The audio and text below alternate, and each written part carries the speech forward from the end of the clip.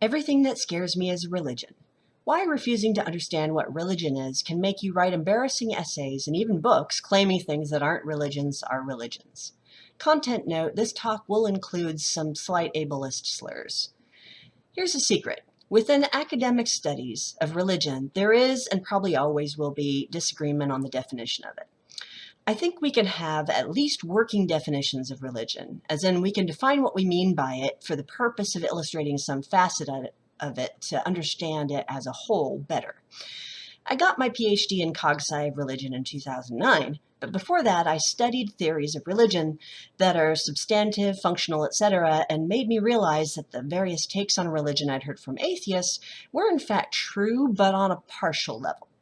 But atheists are also familiar with the accusation that atheism itself is a religion.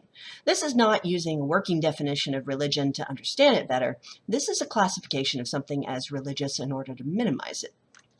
John McWhorter has made his entire thing lately about saying that anti-racism is a religion. He's also an atheist, and he admits that he doesn't like religion and hasn't studied it.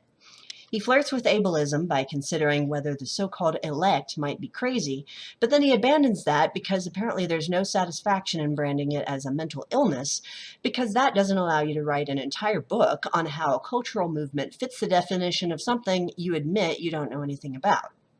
He thinks he's saying something insightful here, but he's literally just describing faith, making the same call something faith to discredit it argument, only he's making the argument as an atheist because he thinks that's somehow different. He attempts to articulate other features of anti-racism that correspond to religion, trying to desperately shoehorn features that typify every movement for social progress into his pedestrian Sunday school understanding of Christian concepts and how they work. That's not what he thinks he's doing, of course. He thinks he's found the linchpin of anti-racism, and that linchpin is having beliefs that he, John McWhorter, finds logically incoherent.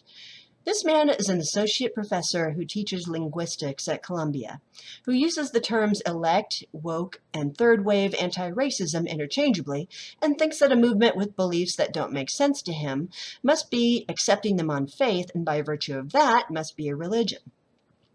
Refusing to understand a belief to create a distinction between yourself and that thing is a denial of empathy. And it's a step beyond that to pretend that you do understand and you're an authority on the subject, to use it to speak over and above the words of the people that you're describing. And that turns out to be a damn good way to capitalize on existing moral panic by devoting yourself into calling whatever scares you a religion. We don't like what we don't understand.